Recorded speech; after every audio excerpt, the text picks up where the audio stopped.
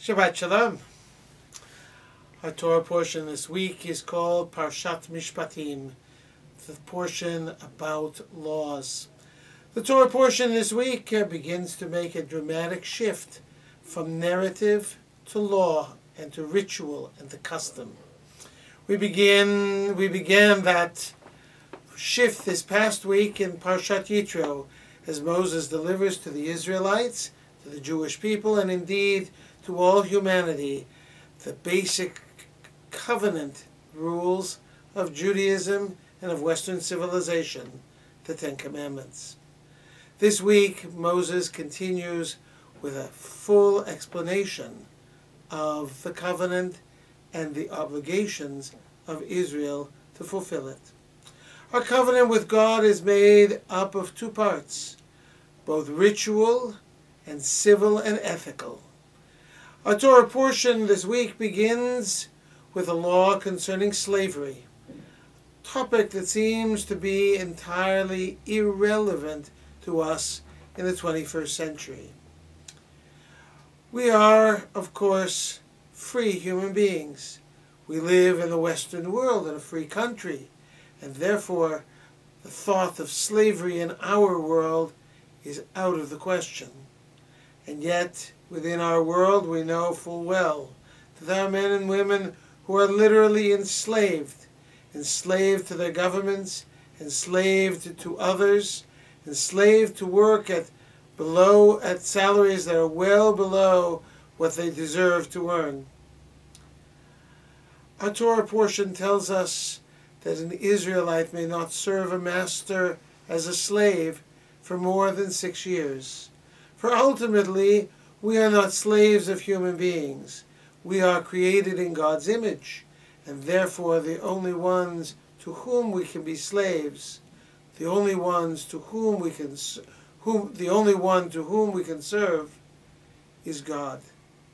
And so our Torah portion tells us that slavery is a thought and an idea that must ultimately be abandoned. Our Torah portion ends with Israel accepting the covenant of God.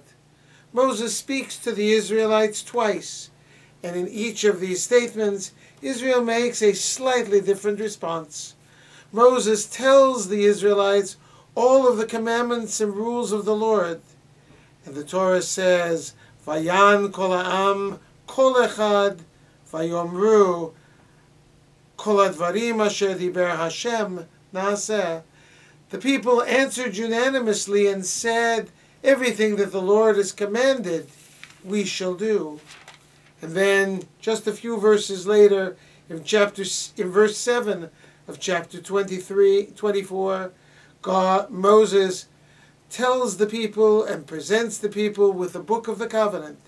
And the people answer, Kol asher diber Hashem naaseh v'nishma.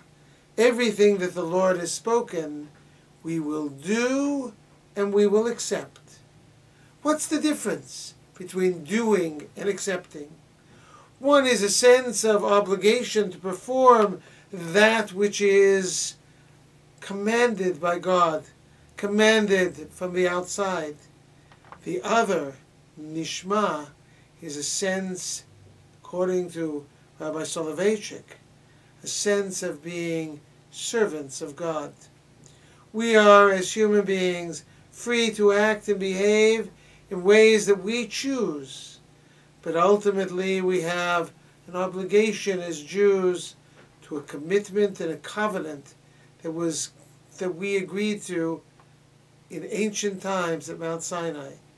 That covenant gives us a set of obligations.